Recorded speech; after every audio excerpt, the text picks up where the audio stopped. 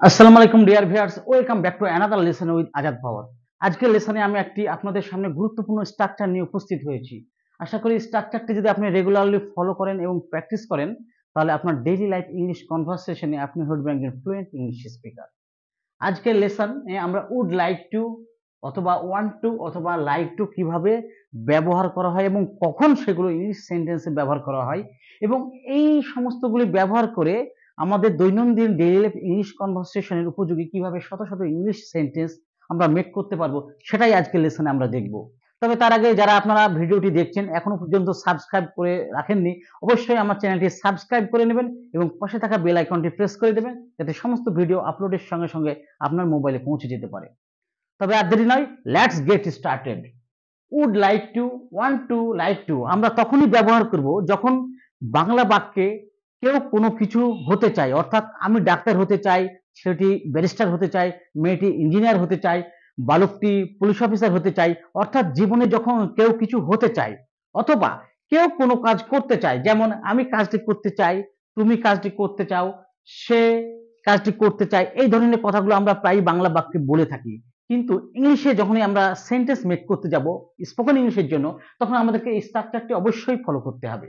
তো আসুন, subject plus would like to plus want to অথবা লাইক টু, তারপরে ভার্ব, অবজেক্ট, এক্সটেনশন। অর্থাৎ প্রথমে সাবজেক্ট, তারপরে উড লাইক টু অথবা ওয়ান্ট টু অথবা লাইক টু, এই তিনটের মধ্যে যে কোনো একটি বসবে এবং তারপরে ভার্ব প্লাস অবজেক্ট প্লাস এই এক্সটেনশন।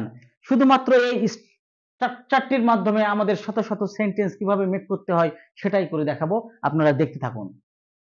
আমি ভবিষ্যতে একজন ডাক্তার হতে চাই, অর্থাৎ এটা আমার ইচ্ছা, চাওয়া, অর্থাৎ আমি কিছু হতে চাই। I would like to be a doctor. মেয়েটি একজন শিক্ষিকা হতে চায়। The girl wants to be a teacher. ছেলেটি একজন বিজ্ঞানী হতে চায়। The boy likes to be a scientist. তুমি কাজটি করতে চাও। You would like to do the work. অর্থাৎ চারটে সেন্টেন্সের প্রথমে সাবজেক্ট, তারপরে উড লাইক অথবা ওয়ান্ট টু অথবা লাইক টু, তারপরে ভার্ব, তারপরে অবজেক্ট এবং এক্সটেনশন ইউজ করে আমি চারটে সেন্টেন্স আপনাদের মেক করে দেখালাম। আপনারা যদি এই স্ট্রাকচারটিকে ফলো করে আপনারা চেষ্টা করলে শত শত এরকম ইংলিশ সেন্টেন্স মেক করতে পারবেন। আশা করি লেসনটি ভালো লেগেছে।